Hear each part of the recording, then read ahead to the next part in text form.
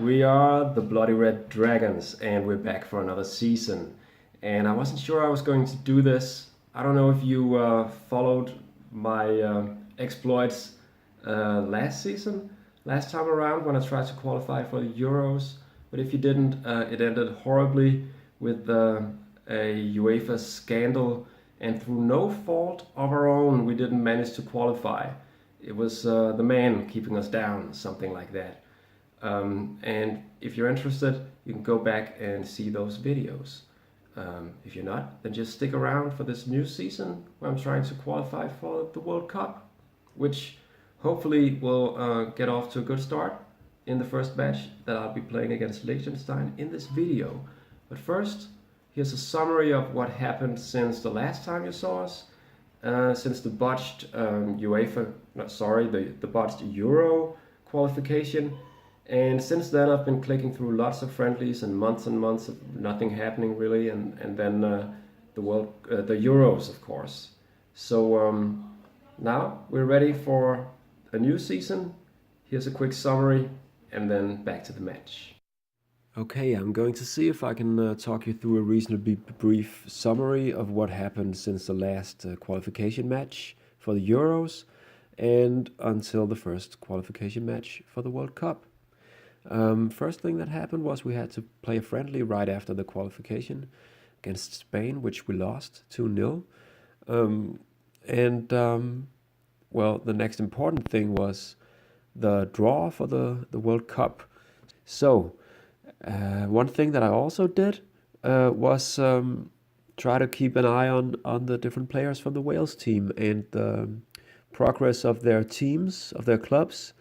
And I noticed Coventry and Everton are doing well, and so are the Wales players playing there. But one team that is in deep trouble is Southampton. And we've got a goalkeeper and a defender, and most notably a certain striker in Southampton. So the League Cup final was won by Man United, and I played a couple of friendlies and won 5-0 in away friendlies against fairly easy opponents. Well, the club status, different finals, and the tables at the end of the season show that Tottenham, they win the UEFA Cup, Man United win the Premier Division title again, Aston Villa win the Club Winners' Cup, and Newcastle United, they'll take the FA Cup. So those teams are also some of the teams in the top of the Premier Division. In the bottom of the league, we can see that unfortunately for the 3, or is it 4 Welsh players that I have in Southampton, well, they're going down into Division 1. Okay, so Champions League was won by Paris Saint-Germain ahead of Liverpool. So the last friendly of the season was against Liechtenstein, who we'll be facing later on the other side of the summer break.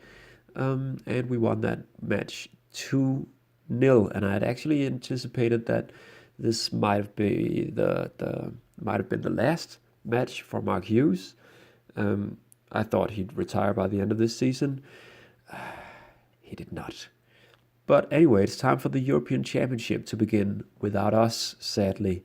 But I kept a close eye on the opponents in our group, and England just happened to be in the same group as those two teams, Croatia and Bulgaria. And England faced Croatia in their first match and lost.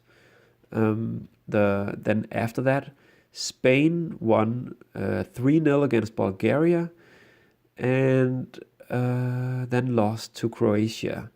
So and then England managed to win against Bulgaria. So those were the first 2 matches for all teams in that group.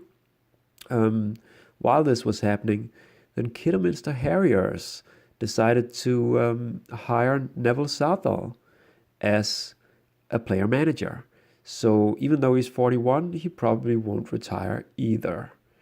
Bulgaria versus Croatia was an interesting match for me because they'll be playing each other in our qualification group as well. Both teams are using a a counterattack formation. So I'm going to see if I can figure out how to play against that. And Croatia won 4-0 against Bulgaria, which means that Croatia have maximum points from this group, and Spain will continue ahead with them with the same number of points as England. Anyway, Holland, Denmark, Italy, Germany, and Belgium and Sweden also progress. And the quarterfinals look like this, and they went like that. And the semifinals and the finals turned out like this, which means that Croatia lost to the European Championship winners, Sweden. The next European Championship in 2004 will be held in Italy. So, well, just like I figured, Neville Southall stuck around and didn't retire, and neither did Mark Hughes. But this guy turned up. He's Andy Davies. He looks like a promising young striker, and he looks remarkably like Ian Rush. So, well, I'm hoping that we'll get something great out of him once some club finds him and signs him. Right. So the Wales fixtures for this season is a couple of easy games first, and then a couple of hard ones. This season starts off with Man United losing out to Newcastle in the FA Charity Shield. Then Dave Jones gets sacked in Southampton, and now they're looking for a new manager, and they ended up actually hiring the aforementioned Ian Rush. So, the World Cup qualifying series. Our group starts with the secure win for Bosnia against Moldova, and also an away victory for Bulgaria against Croatia. So that was payback for the Euro result, the group result in the Euros. And that means, ladies and gentlemen, that we are ready for the first qualification match against Liechtenstein, where hopefully we can live up to being the favorites for once. Okay, we should be about ready for the main event today, the match against Liechtenstein, and the table looks like this. Yeah, I apologize for my throat. My voice might sound a little strange, and that's because my throat is sore. I don't know, I'm coming down with something, I think. Anyway, we should get a flying start to the World Cup qualifying campaign. I've got my team lined up like this. Mark Hughes is suspended, is pretty much all you need to know. Also, though, because I think the clubs are really slow picking up the regens from free transfers and stuff. So I brought a couple of them along. There's this guy, Jeff Williams, who's a defender, right, left, center. He's Pat van der Hauve, the regen of some guy called Pat van der Hauve or something like that. I don't know how to pronounce it. And then there's this guy. And I'm sure I mentioned him in the summary for the season. So I'm going to get him on the pitch at some point if things go as planned. Then I took Simon Marola, who did get picked up by a club, but he has very poor form and very low morale, and I don't know what how much playing time he'll get in Southampton. Well, now he did get a Welsh manager recently. It's they signed with Ian Rush, who of course is it is possible to have him as a manager in the game, even though he turned into a regen as a player. If you could say that, it doesn't make any sense. But anyway, I chose this guy Marola because I don't really have great options in the right back positions, so I'll just try him, and then I've got an excuse for getting this guy on the pitch at some point. And I also have Steve Jenkins that I used a couple of times. He's sort of alright without being too impressive. But anyway, we're playing a match that we really ought to win, even though it's an away match. And I'm sure I did lots of talking doing the summary of what was left of the last season and the World Cup. So might as well just cut to the action, and hopefully lots of Welsh goals. I'm pretty sure we'll win this one. Yeah, and hopefully John Hartson will get off to a good start. Yes, 2 Hartson goals, because in the last season he ended up being disgruntled in what was it, Southampton? He's in Southampton too, right? Yeah, I'm pretty sure he is, and it didn't go too well. So hopefully, yeah, he can get up to a flying start. Yeah, and he does. So this is pretty cool. I know this is not the most exciting match, so I might just injury for speed. I might just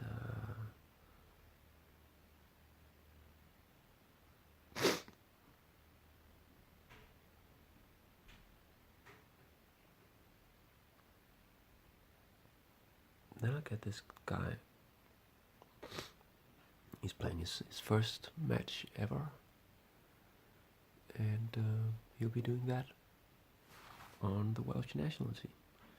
So hopefully that'll help attract some club's attention. I don't know if that'll even work,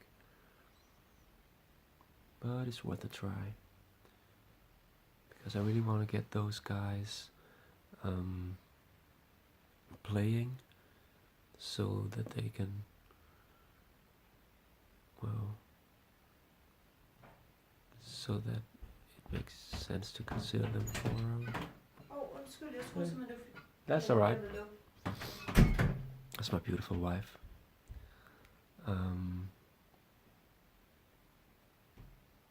So no need to change much, and since we already did one substitution, let's just wait until something happens, or I mean, if we should get a red card, then that's a shame, really, especially if it's for Giggs, but it wouldn't lose us the match, because things are going great.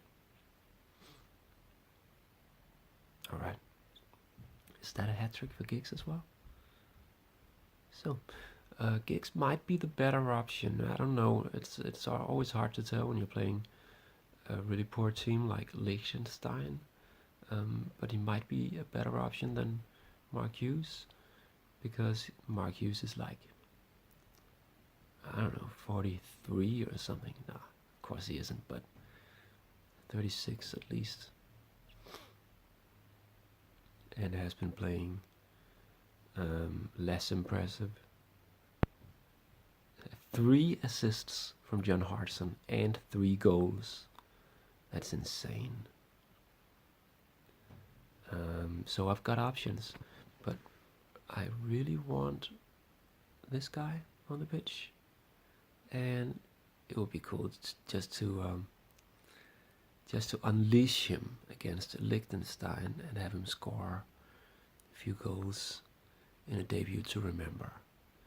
And I think I sort of have to, because it's not easy just dishing out debut matches in the difficult games in the qualification, because, well, we've got 3 difficult teams that we're facing. Sorry about that. I don't know what's going on. Someone's sending me messages or whatever. I didn't remember to turn the buzzing off. But anyway, things seem to be going fine. Davies doesn't look like he's getting the goal, but that's alright. Rob Savage is playing well. It's been a while since I used him. And that Marola guy, I think, might as well just have Hughes just get on the pitch as well. Sarah Hughes, just to give him the cap. And there you go. Ryan Giggs. That's, I don't know. I don't know how. Well, he did make 1 assist, but still, it's weird that he gets the man of the match when Hartson scored 3 and made 3 assists. I mean, that's just epic stuff. But anyway, this turned out fine. And I really feel I'm beginning to know this team. And I don't have a lot of doubts as to as for the 22-man squad that I'm going to select by the end of the qualification if I should succeed, because I know 2 of the goalkeepers and most of the other. I think there are like 2 all in all, a goalkeeper, a spot for a goalkeeper, and maybe 2 other spots in the 22-man squad that are open,